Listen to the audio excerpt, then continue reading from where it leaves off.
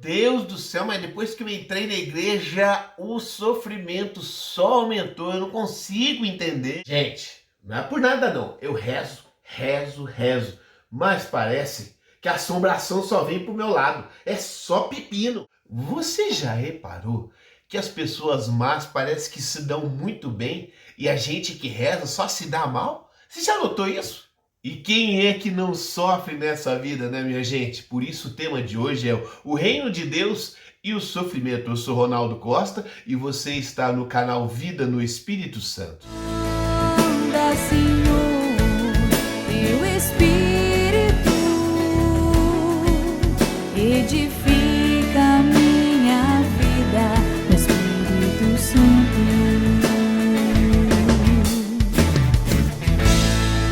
Canal Vida no Espírito Santo. Você viu o Reino de Deus, Sofrimento e o nosso canal, o canal Vida no Espírito Santo. Portanto, vamos colocar esse assunto de hoje sempre rodeando esse tripé: Espírito Santo, Reino de Deus e o Sofrimento. Veja bem, irmão, o Espírito Santo, Jesus recebeu ele lá no Rio de Jordão, não é? Lá São João Batista viu a pomba descer em Jesus e essa pomba era o Espírito Santo descendo nele. O que o Espírito Santo fez?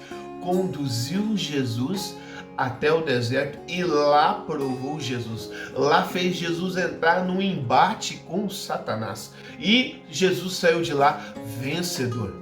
O Espírito Santo, ele vai fazer com que a nossa vida se assemelhe cada vez mais a Jesus. Não se esqueça disso, meu irmão, porque muitas vezes o cristianismo que nós estamos vendo e ouvindo aqui e acolá parece sempre resolver os nossos problemas, facilitar a nossa vida, curar as nossas doenças. Não é que Jesus não faz isso. Jesus tem o poder sobre toda a doença. Jesus, ele levou sobre si toda a nossa enfermidade, mas o caminho do discipulado, esse caminho que o Espírito Santo é nosso mestre e guia, é um caminho que vai fazer com que eu e você se torne semelhante em Jesus em tudo. Por isso, você já pode fazer a seguinte questão: no que eu estou me assemelhando a Jesus?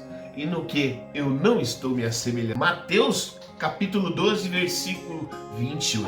Se eu expulso os demônios pela virtude do Espírito de Deus, é porque o reino de Deus veio até vós. Mais uma vez, essa dinâmica do sofrimento, do Espírito Santo e do Reino de Deus. Se agora alguém expulsando a atividade satânica da vida das pessoas, é porque nesse mesmo alguém, que no caso é o Senhor Jesus, está pleno do Espírito Santo.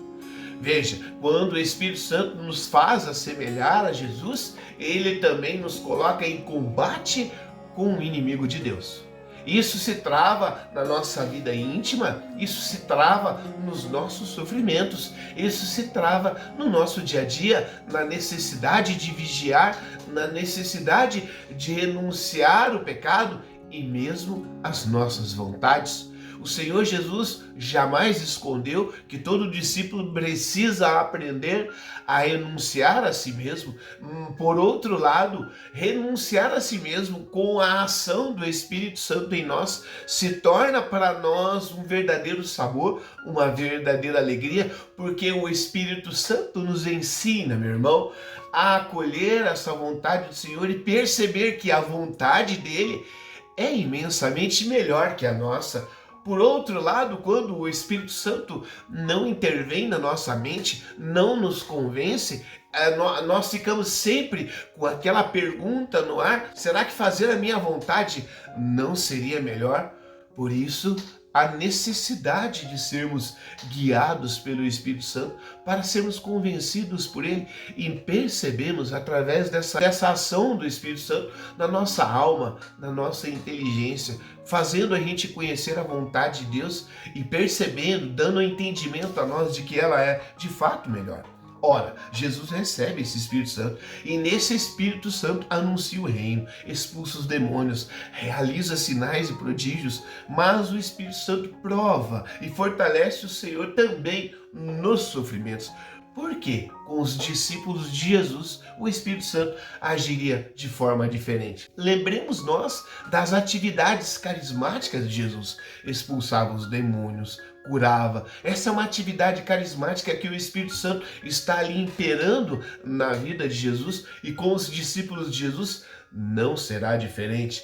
Porém, esquecemos da parte onde Jesus também é conduzido a sofrimentos. Quantas vezes ele teve embate com os fariseus, quantas vezes ele foi não recebido pelo seu povo, quantas vezes as pessoas o negaram, quantas vezes ele curou como aqueles 10 leprosos e só um voltou para agradecer. Olha só, Jesus a todo momento teve as suas contrariedades de sofrimento, mas é através desse sofrimento que o Espírito Santo temperava o Senhor e o fortificava para assumir a cruz mais adiante. Jesus, de certa forma, e nós também podemos nos encaminhar nesse estilo de vida, onde o Espírito Santo vai fazendo com que paulatinamente vamos aprendendo a acolher a vontade do Senhor, e lá na frente essa vontade ela ser tão assim crucial, se nós não nos prepararmos aqui, lá na frente nós não vamos conseguir realizar essa vontade. O Senhor, sendo preparado pelos sofrimentos,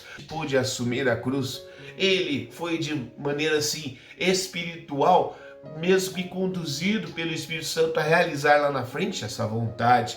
Nós também, irmão, agora de repente não imaginamos fazendo determinadas coisas, mas se nós permitirmos e sermos guiados pelas inspirações do Espírito Santo, paulatinamente, nós também vamos obedecendo a Jesus cada vez mais. Quando a gente fala do reino de Deus e o sofrimento é vivido por nós cristãos dessa maneira. Nós o acolhemos, nós não amaldiçoamos o sofrimento. Não é que nós amamos e a gente quer sofrer, não, mas a gente acolhe porque o Senhor Jesus o acolheu. A gente permite com que esse sofrimento nos esclareça, nos ensine, nos eduque, faça a gente orar mais. Quantas pessoas que na hora do sofrimento pensou que se desesperaria, mas ao contrário, começou a orar, começou a ter uma vida cristã, começou a voltar para a igreja e começou a entender os caminhos de Deus na sua vida. Olha só como é que o Espírito Santo faz, né?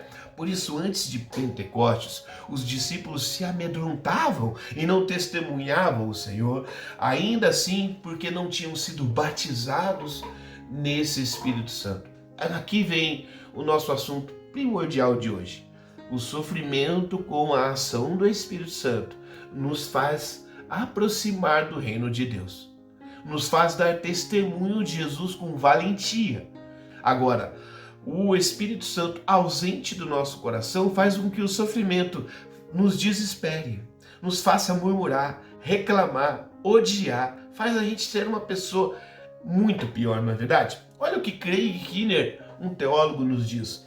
Se o Espírito Santo conduziu Jesus ao embate contra Satanás como resultado de sua unção, aqueles que são batizados por Jesus devem esperar compartilhar não apenas o seu poder sobre as forças malignas, mas também o seu sofrimento nas mãos delas, não é? Poder sobre as forças malignas, nós lembramos dos carismas, não é verdade? Agora, o sofrimento nas mãos das forças malignas é como a gente pode lembrar de Jesus. Um exemplo dessa foto, olha só, as forças malignas como atuaram com violência contra Jesus, levando aquela cruz, não é? Nós não podemos nos enganar nesse sentido, meus irmãos.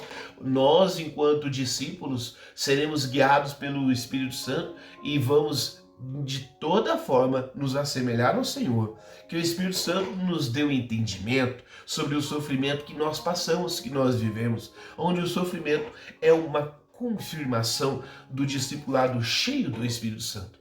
Quando você de fato está sofrendo, você deveria lembrar: poxa, se eu estou sofrendo, é porque eu estou no caminho de Deus. Por isso, uma pergunta vem nos defrontar. Hoje, eu estou encarando meu sofrimento como algo inerente ao meu discipulado? Ou eu estou separando o meu discipulado do sofrimento como se isso fosse possível? Vamos lembrar aqui o que está escrito lá na carta de Atos, capítulo 14, 22. confirmavam as almas dos discípulos e exortavam a perseverar na fé, dizendo que é necessário entrarmos no reino de Deus por meio de muitas tribulações. Tá vendo, meus irmãos? A palavra de Deus não nos engana. Somos nós que muitas vezes não passamos por essa fase do discipulado, onde o sofrimento não deve ser relutado, não deve ser afastado, deve ser acolhido. Eu aqui estou no canal do Vida do Espírito Santo, dizendo a você que sou sensível ao seu sofrimento e oro para que você possa passar por ele de uma maneira assim, onde a sua vida cristã se eleve mais, meu irmão. Por isso, pedimos ao Espírito Santo o dom da fortaleza, o dom da fé, para que nós passamos firme por essas fases, que nós caminhemos decididamente. Eu me recordo quando São Paulo dizia assim: os sofrimentos da presente vida não têm proporção alguma com a glória que há de ser manifestada. Amém, meus irmãos? Vamos finalizar aqui com uma oração. Espírito do Pai, vivifica-nos. Espírito do Filho, salva-nos. Amor eterno, abre-nos. Com teu fogo, inflama-nos.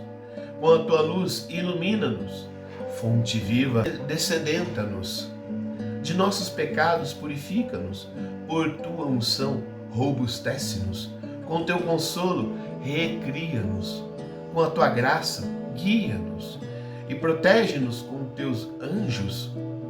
Não consintas jamais separar-nos de ti e ouve a nossa oração, Deus Espírito Santo. Toca-nos com teu dedo e infunde-nos a torrente de virtudes. Fortalece-nos com teus dons. Deleita-nos com os teus frutos. Guarda-nos do inimigo mau. Unge-nos para o combate derradeiro. Ampara-nos na hora da morte. Chama-nos então para junto de ti, para louvar por toda a eternidade, ó Pai, Filho e a ti com todos os santos, ó doce Consolador. Amém. Em nome do Pai, do Filho e do Espírito Santo. Amém. Até a próxima, irmão.